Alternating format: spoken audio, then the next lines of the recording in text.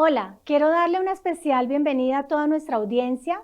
Hoy iniciamos la segunda temporada de nuestras Expert Talks, una iniciativa de eTech Evolving Education, donde estaremos invitando a grandes personalidades del ecosistema educativo para debatir, reflexionar y compartir conocimiento en torno a las tendencias que están revolucionando el futuro de la educación en México y América Latina.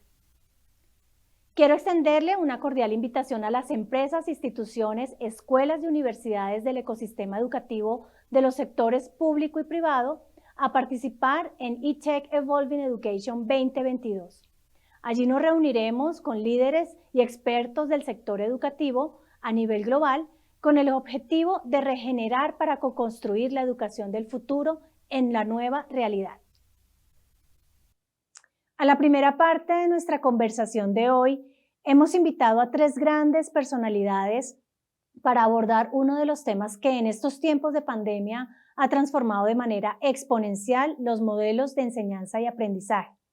Allí la tecnología ha sido la gran catalizadora para dar continuidad a los programas académicos de escuelas, universidades e instituciones educativas. Es la educación digital que en el contexto actual ha generado nuevos roles, no solo en los docentes y el alumnado, sino ha involucrado a las familias en una nueva realidad a través de diferentes herramientas tecnológicas. Sin embargo, todavía hay muchos retos para superar, pero seguramente también muchas oportunidades por explorar. A continuación, es un honor presentar a nuestros invitados. Demos una especial bienvenida a Sibyl de la Chapelle, cofundadora de la Fundación ERAP, Katia Delgado, Account Manager de Avaya, y a Fernando Valenzuela, Global Digital Education Thought Leader. Es un gusto saludarlos a los tres y gracias por aceptar esta invitación. Quisiera iniciar preguntándoles a los tres, ¿cuál es el panorama actual de la educación digital en México y en América Latina? ¿Cuáles consideran que son los retos y las oportunidades que vislumbra este modelo de enseñanza y aprendizaje en un contexto global complejo? Adelante, Katia, iniciamos contigo. Gracias, Marta. Un gusto. Primero que nada, gracias por la invitación y un honor compartir el foro con Sibyl y con Fernando. Bueno, definitivamente creo que el panorama actual es retador. Si bien es cierto que muchas instituciones educativas en México ya contaban con alguna modalidad de educación a distancia, ninguna estaba preparada para brindar el servicio educativo de manera completamente remota al 100% de la matrícula y de un momento a otro, como nos sucedió con esta pandemia. Nadie estaba preparado para esto. La capacidad de reacción considero que fue la mejor dadas las circunstancias. Sin embargo, no hubo tiempo de hacer una planeación estratégica como tal vez lo hubiéramos querido. Se tuvo que hacer en el camino y se tuvo que lidiar con este proceso de digitalización, voy a llamarlo doloroso, ya que muchos alumnos, así como muchos profesores, tuvieron que utilizar tal vez algunos por primera vez en su vida, herramientas tecnológicas con las que no estábamos acostumbrados a hacer nuestro trabajo a través de, ¿no? Entonces, definitivamente, yo creo que dividiría los retos en dos pilares. Por un lado, los procesos, el proceso, y por otro lado, la tecnología. Definitivamente, la tecnología, el proceso le dicta a la tecnología en lo que hay que eficientar, lo que hay que mejorar, lo que inclusive hubiera que automatizar. Pero sin el proceso, la tecnología realmente no hace nada por sí misma. Entonces, lo interesante fue la manera en que, o el reto es hoy, la manera en que tenemos que replantear ese proceso para poder hacer todo este formato educativo a través del ambiente digital, porque es un ambiente completamente diferente al del aula. Tenemos herramientas diferentes, no necesariamente mejores o peores en un escenario u otro, sino diferentes, que si no sabemos explotar de la manera correcta, puede quedar subutilizado. Definitivamente, por otro lado, la tecnología es un pilar del que necesita el proceso como herramienta para poder anclar que nosotros garanticemos la experiencia del otro lado, tanto hacia el alumno como del lado del profesor. La tecnología hoy es un habilitador, que si bien es cierto depende del proceso, definitivamente tiene que ser flexible, tiene que ser fácil de usar, prácticamente intuitiva, y tiene que dar las herramientas con el menor esfuerzo posible para que podamos ejecutar el trabajo y evidentemente podamos sembrar en los alumnos el conocimiento, que es la prioridad y el objetivo principal de todo esto. Claro, Katia, la tecnología como la gran catalizadora de los procesos académicos durante esta contingencia. ¿Cuál sería tu opinión, Sibyl? Yo completamente de acuerdo contigo, Katia. Yo creo que la tecnología y la conectividad en México es un gran reto. Hoy en día, pues esos fueron 18 meses que fuimos aprendiendo, ¿no? Y las escuelas ya están digital o ya están híbridas, no todas, eso es una gran realidad. Para mí o para nosotros un gran reto es cómo desde el lado digital aseguremos la calidad académica, aseguremos el conocimiento de nuestros niños o de nuestros estudiantes, ¿no? En el 2018, en el examen PISA, 1% de los mexicanos salieron sobresalientes. Hoy en día, el examen PISA iba a ser en el 2021, debido a la pandemia va a ser en el 2022, con un enfoque mucho a matemáticas, y se va a crear un examen de pensamiento crítico. Hoy en día tenemos que ayudar a las escuelas en ese modelo digital a poder asegurar el conocimiento y las habilidades que estamos dando a nuestros niños, a nuestros estudiantes. Eso para mí es uno de los grandes retos, ¿no? Y el segundo gran reto del mundo digital es cómo poder desarrollar a nuestros niños esas habilidades socioemocionales atrás de una pantalla, ¿no? Hoy en día sabemos que los primeros 10 años de vida el niño necesita desarrollar esas habilidades sociales para mañana ser un gran ciudadano, ¿no? Detrás de una pantalla, cómo el maestro, la maestra, asegure que nuestros alumnos puedan tener espíritu de equipo, colaboración, inteligencia emocional, empatía, ¿no? Para poder justamente ser, pues, un gran ciudadano, ¿no? Entonces, yo creo que esos dos, adicional a la tecnología que Katy lo comentó muy bien, serían por mí los grandes retos que podemos tener hoy en día en la educación digital. Y en tu opinión, Fernando, además de los retos que menciona Sibyl, que son muy relevantes, ¿qué otros desafíos podríamos mencionar para este modelo de enseñanza? Sí, muchísimas gracias y de nuevo también muy honrado de estar con Katia y con Sibyl en este foro, ¿no? Yo un poco replicando esto es que México ciertamente es uno de los países con cierres más prolongados del sistema educativo en el mundo, ¿no? Es decir, hemos estado cerrados demasiadas semanas. Hay consecuencias a largo plazo de la crisis educativa que pone en riesgo pues a toda una generación de jóvenes y a eso hay que sumarle la crisis económica y que pues muchas veces cuando se reducen los ingresos en las familias hay muchísimos que dejan la escuela. Así que el contexto es mucho más amplio que solamente la parte digital, que una de sus principales limitaciones pues es evidentemente el nivel profundo de interacción. Hoy nos cuestionamos todos la educación en línea, pero no nos cuestionábamos si la educación presencial era efectiva en donde tenía que serlo. Y entonces, de cierta forma, ha sido un poco exagerado el cuestionamiento, pero muy bueno, porque nos obliga a repensar la educación, ¿no? Nos obliga a hacer un balance entre la pedagogía, con la tecnología, con el cierre de brechas, el impacto, con el tema de los recursos financieros y cómo se justifican, y finalmente darnos cuenta que no todos los estudiantes tienen una afectación de la misma naturaleza, en la misma intensidad. Aquí hay que incorporar temas socioemocionales como parte del aprendizaje. Así que yo creo que los cambios, no es que estamos viviendo una época de cambios, es que es un cambio de época, ¿no? Que estamos en un punto totalmente distinto y que la innovación realmente no es una nueva tecnología.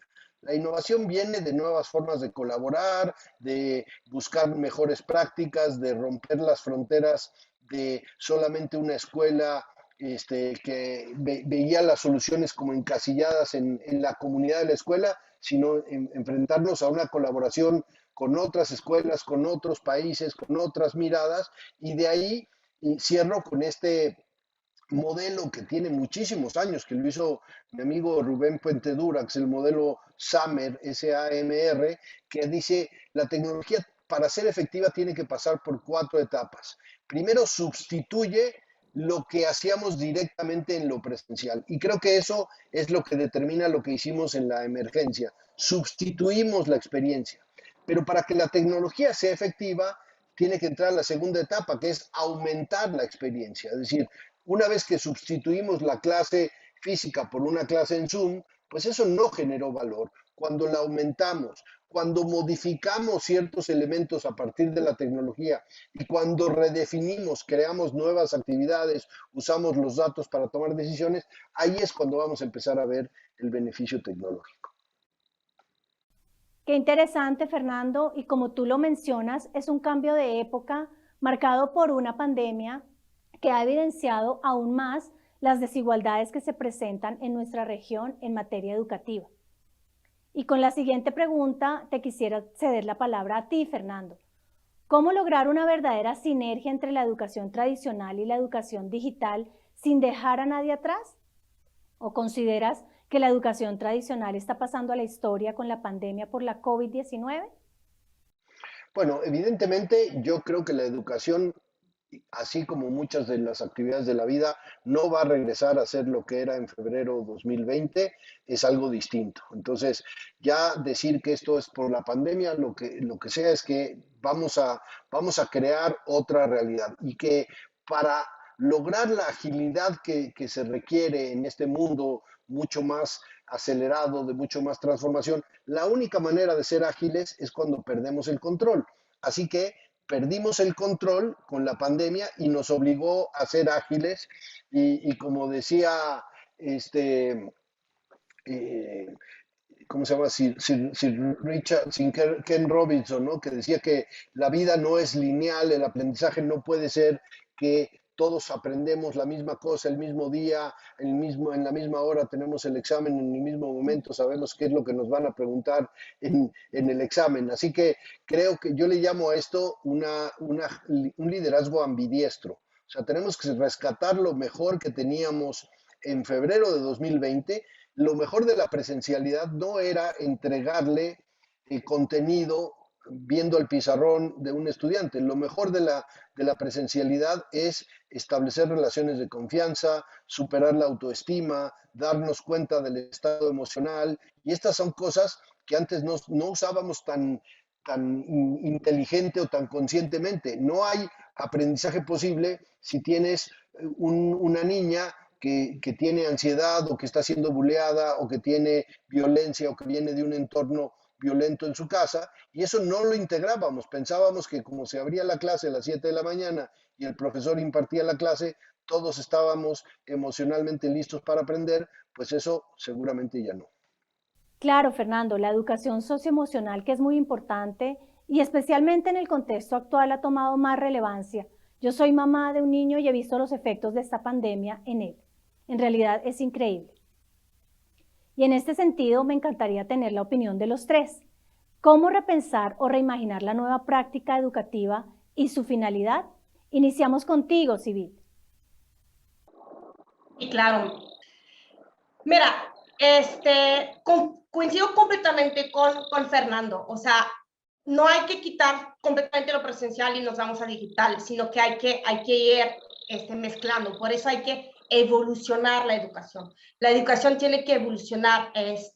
Y en ese sentido, nosotros siempre recomendamos a las escuelas, lo primero, céntrate al alumno. ¿Qué es lo que necesita tus estudiantes, tu alumno, ¿no? ¿Qué necesita tu comunidad educativa? ¿Cuáles son los conocimientos que requiere? ¿Qué podemos redefinir en el plan curricular que actualmente tenemos, ¿no? También hay que tomar en cuenta el bienestar de la comunidad, ¿no? El bienestar también hoy en día es muy importante dentro de un modelo educativo, ¿no? Basar con valores, ¿no? Basar la educación con inclusión, con equidad, que son grandes valores que necesitamos y que vamos a necesitar con las brechas que está abriendo esta pandemia, ¿no? Y también otra que nosotros también en el momento de reimaginar la educación, siempre les preguntamos a las escuelas, ¿qué perfil de egresado necesitamos tener? Hoy en día, en el mundo de educación superior, hay una brecha muy grande de habilidades del perfil del egresado contra las vacantes que buscan las empresas. Entonces, esas habilidades que requieren las empresas de hoy o en el 2025, en el 2030, en el futuro del trabajo, tenemos que ir desde niveles más, desde kinder o desde primaria y secundaria, ir trabajando esas habilidades, ¿no? Para que justamente pues vayamos preparando a nuestros alumnos con este nuevo, con este modelo. Entonces, yo diría es reimaginar la educación, evolucionar, centrándola a nuestro alumno para que mañana sea un ciudadano que realmente completamente, como decimos, pues sí, o sea, feliz y con todas las habilidades que requiere mañana, ¿no? Claro, empezar desde ahora a desarrollar estas habilidades, aunque todavía no tenemos certeza cuáles serán los trabajos del futuro, aunque sí podríamos ir perfilando estas competencias. ¿Cuál es tu opinión, Katia? Completamente de acuerdo con Sibyl. Yo creo que la flexibilidad es la clave. No sabemos en qué momento vamos a regresar a modelos completamente tradicionales o si es que regresaremos o como comentaron también, esto va a evolucionar o tiene que evolucionar. ¿En qué momento se debe regresar a un ambiente 100% virtual también ante, bueno, todo este tema aún de inestabilidad por la parte de la pandemia y de los nuevos brotes? O inclusive si los modelos híbridos llegarán para quedarse, porque definitivamente el hecho de que pueda convivir y de que un profesor tenga las herramientas necesarias para poder establecer en un ambiente híbrido la calidad de educación que necesitan nuestros diferentes perfiles de estudiantes, podría ser muy bueno lograr eso. De ahí que la clave es tener procesos y herramientas flexibles. No hay que perder de vista que la prioridad de la educación es que esté disponible para todos, garantizando la calidad, sí, claro, de la misma, porque al final es la base para el México del futuro. A todos nos debe ocupar definitivamente que los estudiantes tengan la mejor educación hoy en día, impartida de la mejor manera y accesible sin importar el modo en que se consuma, inclusive pensando en las necesidades de cada uno de los estudiantes. Gracias, Katia. Y bueno, Fernando, ¿cuál sería tu visión con respecto a esta pregunta? Bueno, yo sí quiero ser muy tajante, ¿no? Si no ejecutamos cambios acelerados que compensen las secuelas de la pandemia, la verdad es que lo más probable es que va a haber aprendizajes perdidos en una generación completa. Así que, pues sí, se requiere una disrupción, una destrucción creativa que reemplace lo que hoy tenemos con un modelo distinto, que sea mucho más exponencial y mucho más centrado en cada estudiante, como bien decían. Yo creo que la innovación educativa no es una actividad, no es un proceso que es constante, que va haciendo cambios, que va experimentando, que va midiendo y que eso nos permite empezar a hacer cosas de forma distinta. Así que para mí es una actitud que tienen que tomar los líderes educativos, una actitud de colaboración abierta, de experimentación, de flexibilidad, de agilidad, como bien decían, y empezar desde repensar la función del entorno físico. O sea, ¿para qué queremos un salón de clases con líneas de sillas mirando un pizarrón? Si eso ayuda o no a construir una relación, el fortalecimiento de confianza, una mejor interacción entre los otros. Así que yo creo que va a haber una pedagogía mucho más activa, espero que sea eso, que irremediablemente la transformación haga que el estudiante sea mucho más dueño de su experiencia de aprender, que sean pedagogías activas, ¿no?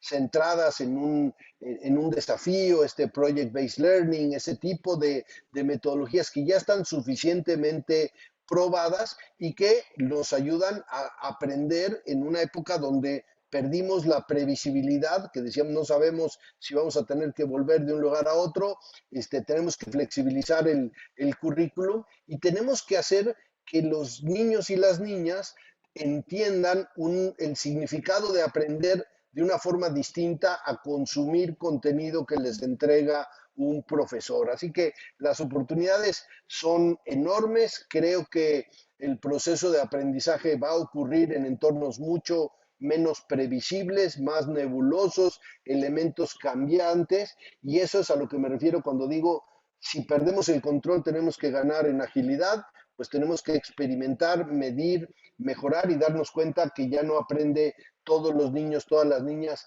en un mismo ritmo para que todos, una vez que se entrega el contenido, todos lo asimilan de la misma manera. Y cierro con el tema de las brechas. O sea, yo he trabajado con muchas escuelas donde estamos haciendo iniciativas como que en todos los proyectos de trabajo en equipo los lideran niñas y no niños. Y de repente eso empieza a generar que las niñas, yo les digo a los niños, empiecen a hablar de jefas a estas niñas porque van a ser sus jefas. Y de pronto dicen, bueno, eso es injusto. Y entonces llevamos una pregunta del mundo real y decimos, ok, pregúntenle a sus papás si en la empresa donde están la dirigen todas las niñas o todos los niños. Y pregúntense si eso es injusto. Y empezamos a cerrar brechas creando conciencia. Excelente, Fernando, y tocas un tema muy importante en estos tiempos, como es el enfoque de género que realmente debemos impulsar entre todos para cerrar esta brecha. De hecho, este tema se ha vuelto un punto neurálgico en muchas organizaciones y las iniciativas y proyectos que se están impulsando son increíbles. Gracias a los tres, y como el tiempo se nos agota, continuaremos con la segunda parte de esta interesante conversación el próximo 27 de enero a las 4 de la tarde a través de nuestro canal de YouTube. A toda nuestra audiencia, muchas gracias por conectarse y participar. Síganos a través de nuestras redes sociales y no se pierdan los próximos episodios de esta nueva temporada de nuestras Expert Talks. Regeneremos y co-construyamos la educación del futuro. Soy Marta Carvajal y ha sido un gusto estar con ustedes. Nos vemos en una próxima oportunidad.